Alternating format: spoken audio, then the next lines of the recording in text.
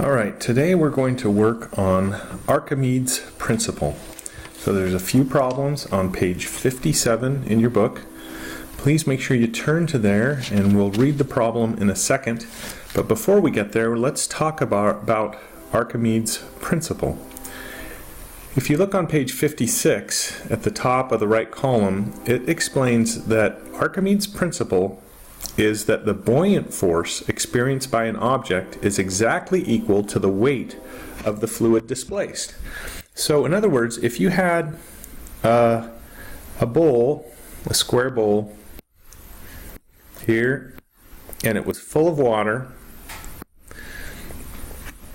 and you took an object, let's say a ball, and this water level was right about here in the bowl, and if you took the ball and you dropped it in here, the water level would go up. So this water level would actually increase to right here with this ball in the water. And what the Archimedes principle states that the fluid that actually was displaced, that was moved up, this fluid here, if you could weigh it, that would tell you what the force is on that object that you dropped in. So let's look at these questions.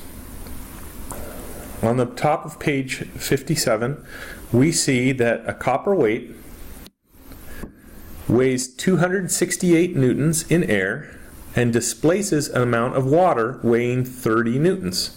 What is the weight of the copper measured in water?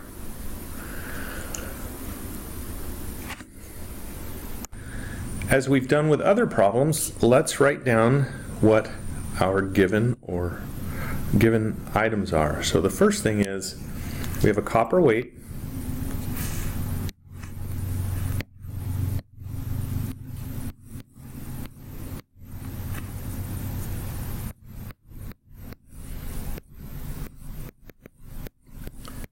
And when you weigh it in air, it weighs 268 newtons.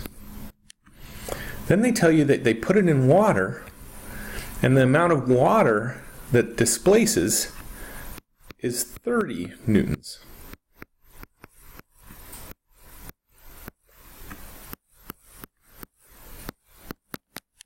The question is, how much does a copper weigh in water?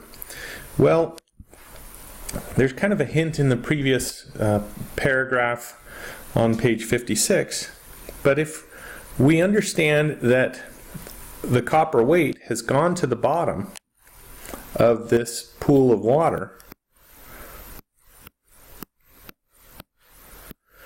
and let's say this copper weight's down here, and it has displaced a total of 30 newtons of water, that means there's a force acting upon this of 30 newtons. Then we also have the force that's acting on the weight. We know the copper weight is 268 newtons. And what we have to do is figure out, well, how much would this object actually weigh underwater? The only thing we have to do is take this total weight and subtract this. So our copper weight in water would actually weigh 268 newtons minus 30 newtons. And that would be 238 newtons. Now, the question too is, does this copper float? Well, no, it doesn't float because it actually is still, the force of weight is actually greater than the force that's pushing up on it.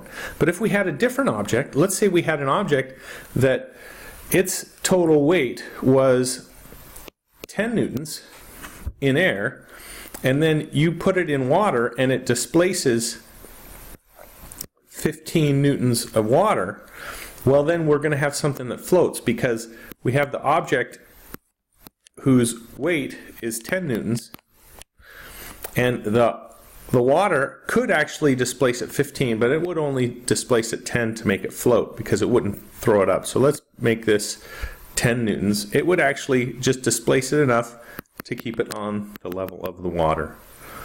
So that was question 1. Question 2 is, a rubber object that floats in water weighs 9 times 10 to the negative 2 newtons. What is the weight of the water it displaces? So this one, we're starting from backwards on this one. So we have a rubber object, and it weighs 9 times 10 to the minus 2 newtons in water. So if it weighs that much, then the question is, what is the weight of the water displaced? Well, we know from our principle from Archimedes' principle, that the buoyant force experienced by an object is exactly equal to the weight of the fluid it displaces. So we have a force that is on this rubber object in the water. We know that it is displacing, it weighs 9 times 10 to the minus 2 newtons. That means the amount of water that was displaced is 9 times 10 to the minus 2 newtons. So this is really kind of a trick question. If an object floats and you weigh it while it's floating, that means the amount of force that's on it is the same as the amount of water that it displaced.